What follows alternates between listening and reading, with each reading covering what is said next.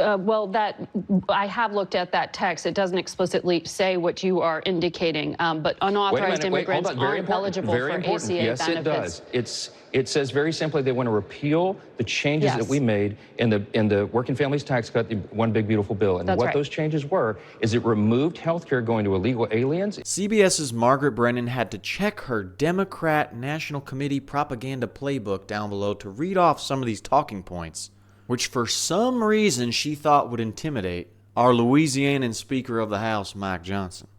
But that didn't work too well because Mikey Mike over here decided to cut her off as she was trying to back up some of these ridiculous Democrat claims, including Medicare for illegals. It's Sean Daniel here. If you think Mike Johnson has a better head of hair than me, then hit that like button. I'm about to do it myself. Now let's go. House Speaker Mike Johnson joins us from Capitol Hill. Good morning to you, Speaker. Anyone up there to negotiate with? There's not, Margaret. Good morning. Good to hear your voice. It's kind of quiet around here. It has been for the last several days, and it's very unfortunate because as we're talking, real people are being adversely affected around the country, and some in very substantial ways. I pray that more Democrats in the Senate will come to their senses and do the right thing, and when they have the next opportunity on Monday to vote to open the government, I surely hope that they will. Well, you did send your lawmakers home to their districts, which suggests we've got probably another week ahead of us of this shutdown. You mentioned the real-world impact. Federal workers, including our military, would miss their first paychecks October 15th or 16th.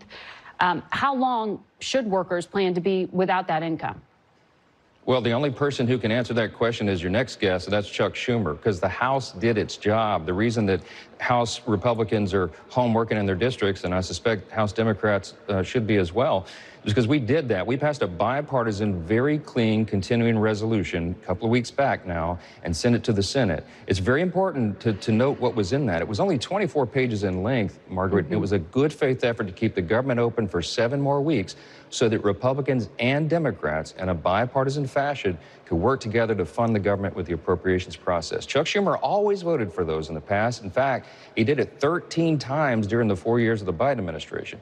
But now suddenly he's commanding his Democrats in the Senate not to do it, and there's one simple reason why. They need political cover from the far left corner of the base. He's afraid, Chuck Schumer individually, ask him about it, he's afraid he's going to get a challenge from the Marxist left in his party because that's the new wave in New York. That's what this is about. Chuck Schumer is trying to show a fight against the president and Republicans, and real Americans are being harmed in the process of this political game. Reminds me a lot of 2019 when Chuck Schumer tried to stand up to the president and pass a bipartisan bill for border security because Trump wanted more funding for the border wall, which they didn't want to give him. And now it makes more sense. He's trying to gain more support because we have AOC, we have Zoran Mamdani in New York gaining a lot of traction, Bernie Sanders, and the established left has to keep going more and more left in order to keep its support because it seems the Democrat base seems to get more and more to the left. And so if Chuck Schumer can show strong that he's standing up to Trump, he can campaign on that. He can showcase that to all his donors, all the people who vote for him, just the base of the Democrat Party. You know, I'm going against the big bad guy. That makes a lot of sense because they are losing some ground, the established left. Okay. Well, Democrats, as you know, want to have another conversation in regard to extending some tax subsidies that lower the cost of some health care that's purchased through the Obamacare market. To that point, though, you're talking about the politics of this. Our CBS polling that we released today shows neither party's stance is viewed as worth shutting down this government. The Democrats want to talk about the tax credits. You know, premium pricing is already being set now, even if this doesn't expire until end of the year. Your fellow Republican, Jen Kagan, said raising costs for families with little notice and potentially stripping them of access to care is simply unacceptable. Doesn't she have a point here? There's a lot of points to be made on that, and we're ready to talk about, negotiate, and do all of that. But they're trying to create that as a red herring here right now. Margaret, this is a funding bootstrap measure, a very simple, very conventional thing that's been done here all the time. This is the way it works now. We need a little more time on the clock to finish the appropriations process. We have plenty of time to debate that very complicated issue. It's not a simple one.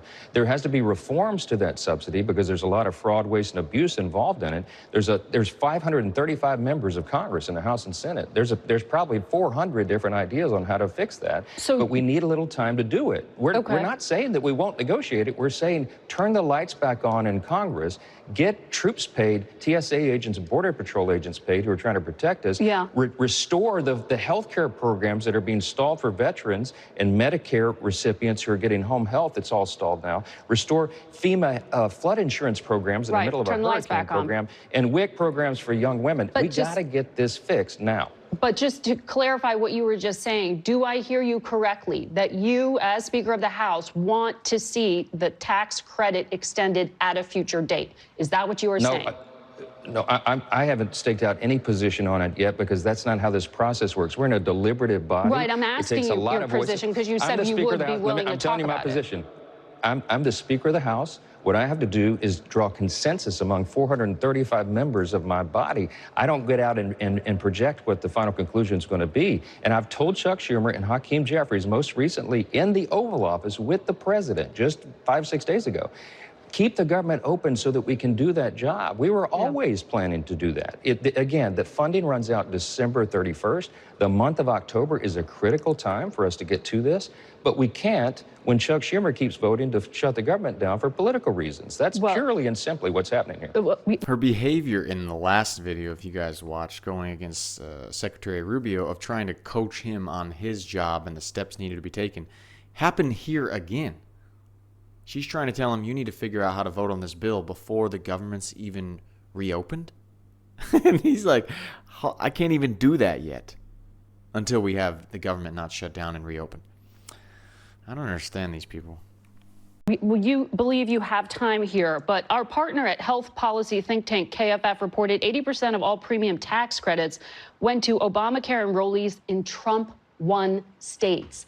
Red states. Do you worry at all that this stance could backfire, that waiting to talk about the tax credit could hurt you and could hurt your voters?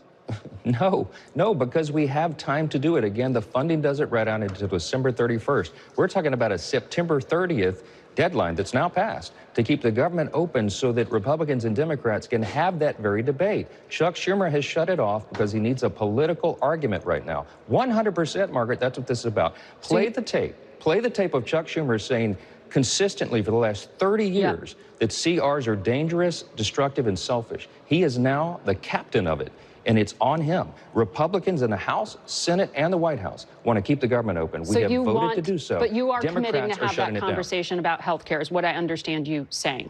It was always going to continue. They're making this up. That is a red herring. They're trying to say that this fight right now is about that. That wasn't even a fight. It's a joke. Call them on it. Well, the director of the Economic Council, Kevin Hassett, was on another network this morning and said it is up to the President of the United States to decide when the mass layoffs will begin.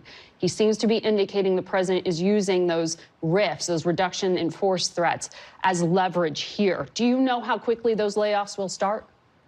I don't know. I anticipate it will have to be soon because Chuck Schumer turned off the funding sources, and whomever is the Do you want chair that of as the leverage? Office, no, neither does the president. No, the president wants the government open. He's pleaded with Schumer and Hakeem in person in his office to do that, and they said no because they want to do this. You know what they counter-proposed? They want to spend $1.5 trillion, and they want to return hard-working taxpayer dollars to fund health care for illegal aliens. It is in their bill. Go to speaker.gov and see it for yourself. Page 57, section 2141. They're using this for political games, and it is shameful, and real people are getting hurt. Well, I have looked at that text. It doesn't explicitly say what you are indicating, but unauthorized immigrants aren't eligible for ACA yes, benefits. It does. It says very simply they want to repeal the changes that we made in the Working Families Tax Cut, the One Big Beautiful Bill. And what those changes were is it removed health care going to illegal aliens. It removed all the fraud, waste, and abuse. And the Congressional Budget Office, CBO, said it achieved the desired result. They project it'll save almost $200 billion.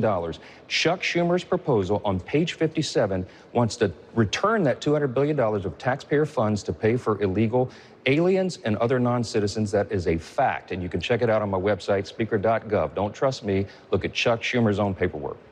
Speaker of the House, Mike Johnson, thank you for your time this morning. Little nicey nice Mike Johnson decided to push back on. I can't believe that she won't even address the way that they want to fraudulently allow certain people to get Medicaid, even illegals.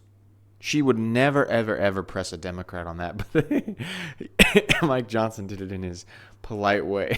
Gotta love him. And if you want to see another Republican go after Margaret Brennan, check out this video right here with Secretary Marco Rubio. He explains to her, honey, I know more about war and diplomatic issues than you. See you there.